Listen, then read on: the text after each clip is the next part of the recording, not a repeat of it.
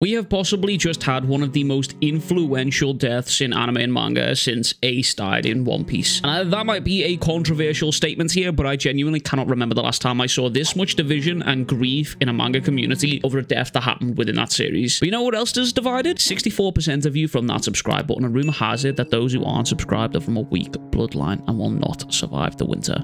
Anyway, let's just get into the chapter because there's a lot that I want to break down here and even more that I want to talk about because GOJO really did just drop a generational chapter for us here, and this might be one of the best chapters within the series in my opinion. But first things first, I do want to talk about the elephant in the room, Gojo's death. I know there is a lot of you who are happy, who aren't happy with the what, the why, and the how, but one of the most common complaints that I'm seeing so far is that he happened off screen, which for the most part I completely sympathize with, I completely understand. However, I want to raise a counter argument. Had Sukuna not explained the ability that killed Gojo and we were just presented Gojo's lifeless body with no explanation, then I think that would be cause for a riot. But Sukuna did explain how and why it happened, and as for seeing the attack, I'm personally in the mindset that I genuinely didn't need to see that shit. If I had just, I'd be lying if I said I didn't feel choked up reading this chapter because of the impact that Gojo's had on the series and the way that GOJO set up the pre-death flashback. So I think actually seeing the attack that killed him would have done irreparable damage to my psyche and probably many of you guys too. But there's a lot more that this chapter offers, specifically within this end-of-life flashback that Gojo has. GOJO, he did this scene beautifully. Having it be Teen Gojo rather than Adult Gojo was a unreal design choice. Teen Gojo genuinely gave us, most of us, more emotional moments from that form of his character in comparison to Adult Gojo, and I personally believe that this is how Gojo saw himself all this time. He just saw himself as a big teenager, and that's kind of reflected in how he acts. He was just this nonchalant dude, constantly goofing around all the time. Some of the best moments within the series come off Gojo just being a fucking idiot. But Gojo going on to say to Geto that he told his students that when they die, they'll be alone. And this being obviously a little callback to Gojo telling this to Megami way back when, but it's also ironic that he was the one that told this to Megami, and it's Sukuna in Megami's body that killed him. And it kind of reminds me of that one quote from Reggie to Megami: "Let fate toy with you before you die like a fool." And honestly, that quote right there couldn't have been more ironic and on the nose. But more importantly, Gojo goes on to say how he hasn't even told him about his dad. And I'm also pretty confident here that he is talking about Megami and Toji here, who, by the way, ends up actually appearing in this chapter. But he does go on to say how he did ask Shoko to handle that. So yeah, when the leaks dropped, everyone was kind of convinced that Gojo was actually talking about his own father, but I think it's more apparent now that he's actually talking about Megami's dad and being Toji. But I know a lot of people thought it'd be Gojo, but GOJO did only say he feels like it should be Gojo's responsibility and not that he actually would. The next bit is what the power scalers in the GOJO vs Sukuna debate have been going crazy over, and I want to break it all down because I've seen some egregious takes coming out of the community for this. Geto goes to ask Gojo how strong was the King of Chaos, and Gojo replies he's insanely friggin' strong, and he wasn't even giving it all he had. He had to have been damn close, even if he didn't have Megami's 10 shadows. Now, a lot of people have seen this and they've run with it, saying Sukuna wasn't even trying, Lojo, lol, Gojo got no diff, L Gojo, and me personally, I don't think that's what's happening here. Sukuna later on in this chapter outright states that he was using Maharaga as a blueprint to find a way to get past Gojo's infinity. Sukuna was absolutely trying in this fight. The difference is he wasn't trying with his own innate technique and rather the 10 shadows instead. This is just because Cleave and Dismantle, most likely the other stuff they had inside of this magical black box that he's hiding, most likely couldn't get past Gojo's infinity, because if he could, he would have just outright used them rather than going through the options of getting the 10 shadows prepared for Gojo, right? The two fighters can try but not use everything they have in their arsenal. The same rules genuinely apply here. They were both trying, but Sukuna couldn't use everything he had because he had to focus on getting rid of Gojo's infinity, whereas Gojo could just go hog wild because he didn't need to worry about Sukuna's defense, basically. Sukuna was all offense in comparison to Gojo's perfect defense, which is where Gojo says he feels sorry for Sukuna, saying that he put everything into trying to reach him, to make him understand, saying he had fun, but Sukuna wasn't able to give him his all though, and I think that's a damn shame. Gojo does go on to say how he'd have been more satisfied had Geto been there to give him a little slap on the back, which, you know, we get to see the panel of everyone patting him on the back, which hurts, man, like, holy hell. But we do get little appearances from Nanami and Haibara within this chapter here, with Gojo going on to say how he's glad it was an opponent that was stronger than him that killed him rather than dying to old age age or illness. But Nanami goes on to say he doesn't agree with Gojo's logic, but he does sympathize with it, and it was a fitting way for him to go out, with Gojo also asking Nanami how he felt about his demise. And this is also another point here that a lot of people have been talking about Gojo's possible rebirth, because Nanami says it seems cases can become fuel for life the same way sorcery can, and I'm almost certain he's referencing just seeing Haibara just before he died. That's my take on it here, but I know a lot of people have talked about this being a reference to Gojo possibly coming back. But he does go on to say how he asked Mei about where he should go live, and Mei tells him that if you would like to become someone new, go north, and if you'd like to return who you were, go south. Now, a lot of people are linking this to the previous panels of the flowers blooming and thinking that this may be a hint at Gojo's rebirth. However, I don't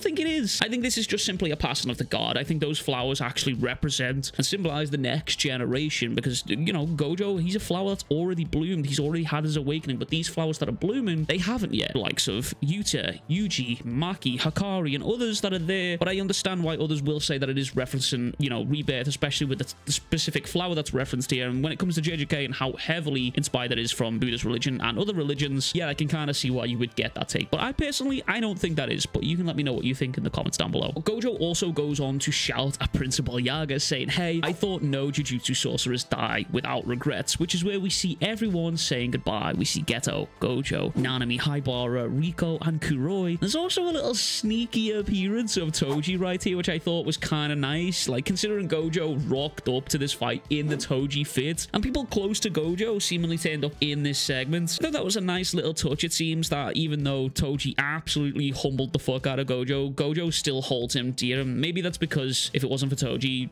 Gojo maybe would have never reached the heights that he was at right now. So maybe it's that. But I also just want to give a little bit of copium here to the Nobara fans. Nobara wasn't present for this sequence, meaning only people that were in this sequence were dead people. So Nobara fans out there, there's some copium for you. Do with that what you will. But Gojo does go on to say how he hopes that this isn't a dream, and that to me, I thought that, in my perspective, I genuinely thought that this might be Gojo having regrets right here at this point. But we do cut to a massive double panel of Gojo who is dead on the floor. Like, Gege really fucking hates this man. Like, he gave us a double spread of the death. Like, that is crazy. Close up. This is where Sukuna starts to explain Maharaga's adaptation ability, saying how its adaptation can start after receiving an attack, and then it slowly starts to analyze until its completion, and it's only a matter of time. If it receives another identical attack during that period, then the adaptation accelerates, and once a technique is adapted, it doesn't stop there. It continues to adapt further. And what Sukuna wanted from Maharaga was a model